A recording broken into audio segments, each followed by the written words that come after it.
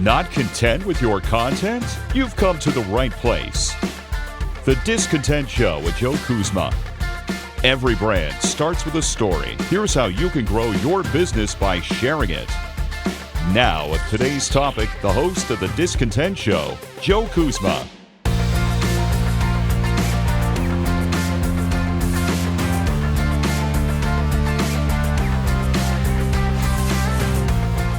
Hello, everyone, and welcome to The Discontent Show. My name is Joe Kuzma, and I am here with some tips and tricks to help you with particularly your online marketing, content marketing, social media marketing, whatever labels you want to place on it. If you're doing it on the internet, if you're doing it on the web, hey, I'm your go-to guy here, and hopefully I have some advice once again today that's going to help everyone out. As you know, I was talking about New Year's resolutions in the last episode, and of course, heading into the new year, I see a lot of clients coming back from long extended stays or vacations. Maybe they set this on the calendar every year or had a Post-it note to think about it in the upcoming year. Maybe they're slow. I don't know what it is, but it seems like January is a good time to do maybe some housekeeping, some house cleaning. Check and make sure and see if everything is correct and ship-shape. Maybe go in some other directions too. Basically, these are some ideas that if you have a website, if you have social media, any other online presence, such as a podcast, you're going to want to make sure that you're going to want to go through and check them out. Maybe make a small checklist of everything that you have a presence on. Make sure that they're still up to date. Make sure some things are in order. And I got some of these, a little bit of a checklist here for you to go through. In fact, I didn't even have this one on it, but since I'm talking about podcasts and it popped into my brain, since it's something I do a lot of in producing podcasts for other clients and myself, you take a look and see if you do have like show notes or anything that you copy from show to show, which should be kind of a best practice. Maybe you take and you put a link to your iTunes, and that's exactly where I'm getting to there. iTunes is it's a dead thing, kind of. You're going into Apple Music or podcast apps and things of that nature, so you kind of almost want to allow people to know that not only that change that's occurring and where to find your program, but, you know, on Windows and Mac and on the various iPads and iPhones, all the names of these apps are changing. They're already kind of been broken up if you got an iPhone or iPad between the music and podcast apps. So if you link to it, some of those links may need updated. At least the label may need updated. Google is a whole other one, man. I'll tell you, Google Podcasts, Google Play Music. Sometimes you'll even see in my show notes that I have both. I have like a little slash between them. So just make sure there that you're keeping some of those things up to date. Those links still work. You want to click on them, verify that they're operational, and there's nothing more embarrassing sometimes than when you have something that's old information on your website that you haven't kept up to date. Let's say you changed some of your branding in the last year, maybe, or maybe even since you last had a website done or updated. Maybe you changed a business name.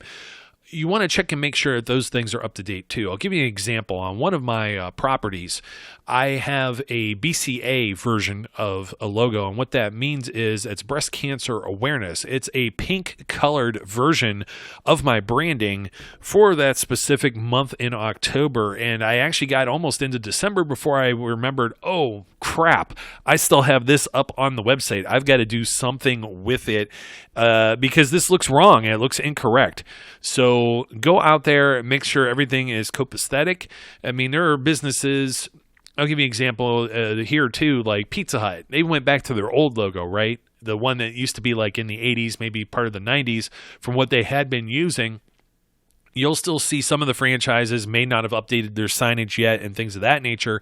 That's something that's maybe at a more substantial cost and it still has a brand recognition. But if you went and you started changing colors and doing something that wasn't as subtle, and you've done that on other things such as business cards or any flyers you may hand out, any type of materials, maybe you have some type of graphics you put on vehicles in order to promote your business, you want to make sure your website and social media, especially like your Facebook and Twitter icons, LinkedIn, LinkedIn, any of those pages and profiles are all in line and consistent all throughout. Same thing goes as if you happen to move offices. There's nothing worse than somebody not realizing that, maybe you're up the street or across the street. And we used to get this in an old job that I had.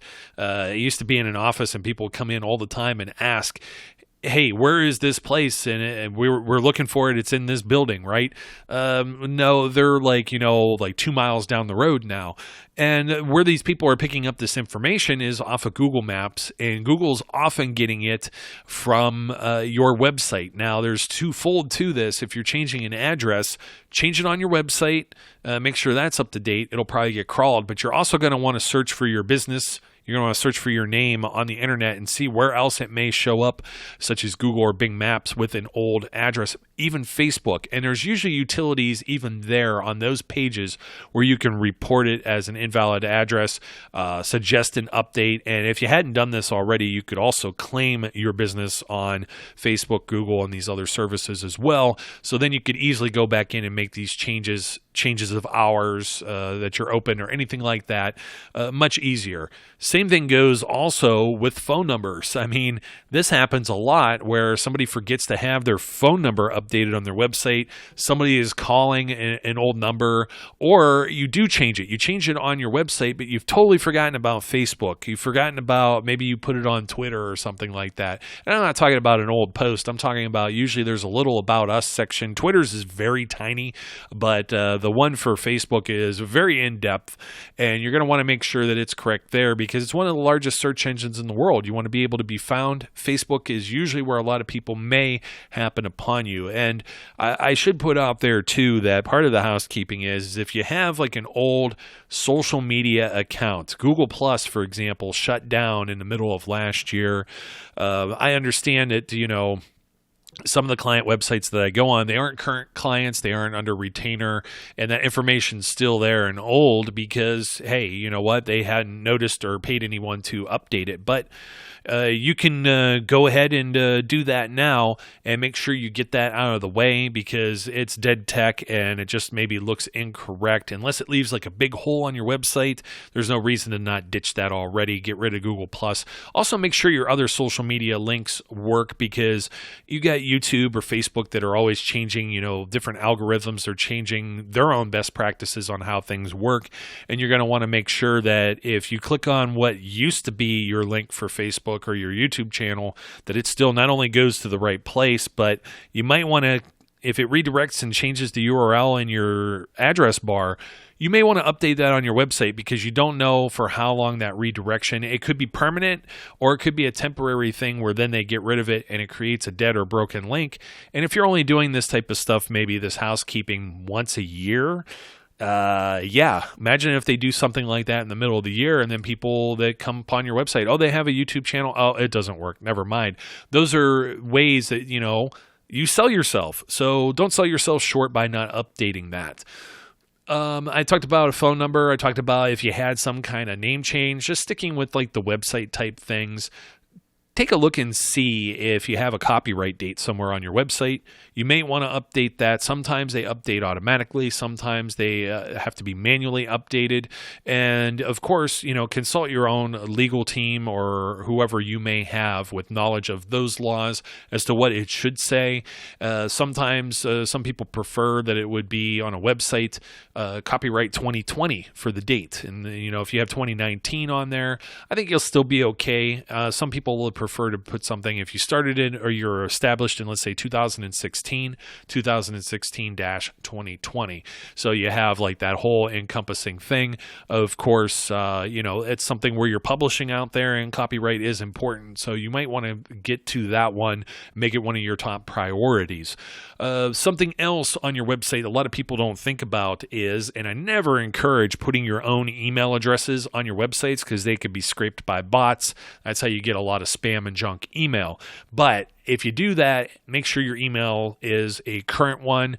And of course, you're always going to look more professional if you're not using an AOL.com or a gmail.com address and you have something that's actually, yourbusinessname.com. So this may be time to do some housekeeping with that and helping maintain that sense of a perception of professionalism. Another thing that you may have for people to contact you on your website is an actual web form. And you might want to test and make sure that actually works. There are times where there's, let's say, one of those little CAPTCHA things at the bottom. Google changes their technology and the funky words that you used to type in there no longer show up, and there's nothing else you could do about it, and you can't hit the submit button, and people cannot contact you. And this is the way they try to contact you. They don't like to pick up the phone. They don't necessarily want to give out an email right away. It may be part of the form anyways, but filling out the web form is just a quick way that you don't have to fire up your email, copy paste certain things in there. And it also asks usually for all of the information that you require or that you would like when finding any type of leads. So make sure your contact form is working, and also make sure it's being sent to the proper people. You may have somebody maybe it went to 3 different people, and one of those 3 people is no longer in the company. Maybe they changed names, and then they changed their email because their email is like their first name and last name. They got married. Those are things you're going to want to look at so there isn't bounced emails. And then, of course, that causes its own problems then. It could even flag your website as spam, some of those submissions. And we know we don't want that. We want those things coming in clean so you get those leads, you get those contacts, you get that information. Finally, on the subject of old employees, and this one's kind of tough sometimes, but especially if you're on LinkedIn, there may be somebody you fired. There may be somebody that's no longer there that you don't want associated with your business. By all means, if you have an employee directory, if you have bios of your employees or an employee section on your website, you may want to remove that person. And if it's something with LinkedIn, you may have to get more involved depending on if they're showing still, because, I'm guilty of this too. People don't necessarily update their LinkedIn profiles very often. And that's something you could throw on this list too, I'll mention in a second. But that former employee, maybe they didn't gain any new employment. Maybe they're lazy like me and haven't updated their LinkedIn in a while. And it still shows them as a current employee. And if they did something that's bad, like newsworthy, like a crime, you don't want that associated with your business. So make sure you clean that up. And of course, go in and check your own LinkedIn. I know I'm talking about a lot of different business things that, maybe pertain to your company, your company's marketing, side hustle, whatever it is that you might do. But personally, I think it's also a good thing that you should go in and do that as well. And in fact, I think I'm going to go do that too. So I hope this was a helpful episode for everyone. Get that housekeeping in order, straighten out your house, clean up, and get everything set. Even if you think everything is good, sometimes you forget just how old something is on a website, or maybe something that was missed or added to Facebook since the last time you went in and updated your profile pages. So still go through, take a look at those things and make sure they're in order. And then, you know what? I think you'll not only be pleased and just reassurance of knowing that all things are up to date, but knowing that everyone else that's going to search for you on the internet is going to find the correct information as well. My name is Joe Kuzma. As always, you could find me over on my website, joekuzma.com, and I encourage everyone to like, comment, and subscribe to this show. No matter where you're listening, I like to see some of the feedback, and I think I got some very, I don't want to say big things, but I do want to say exciting things in store for you throughout the upcoming year and upcoming episodes of the Discontent Show. So until next time, I always encourage the listeners that are out there to be safe, be good, and I'll catch you later. Hi folks, this is Joe Kuzma. No, don't worry, you're not hearing things twice. I'm just here to say, from the bottom of my heart, thank you for listening to today's show and being a follower and subscriber of the Discontent Podcast. And I want to remind you that if you're interested in more information about all the various things it is that I do, whether it be about this show, content marketing, or you want to ask a question, you may visit me at joekuzma.com. That's JOEKUZMA.com. Or you can follow me as well On Facebook, make sure you get the page and not the personal profile. Sorry, it's only for friends and family. Also on Twitter at Joe_Kuzma, LinkedIn or Instagram. Also, don't forget, if you haven't already, subscribe, whether that be on iTunes, YouTube, or your favorite podcast provider, so you don't miss out on any of the great episodes that we have. Once again, thank you again for your support, and I look forward, as always, to speaking and interacting with each of you again soon.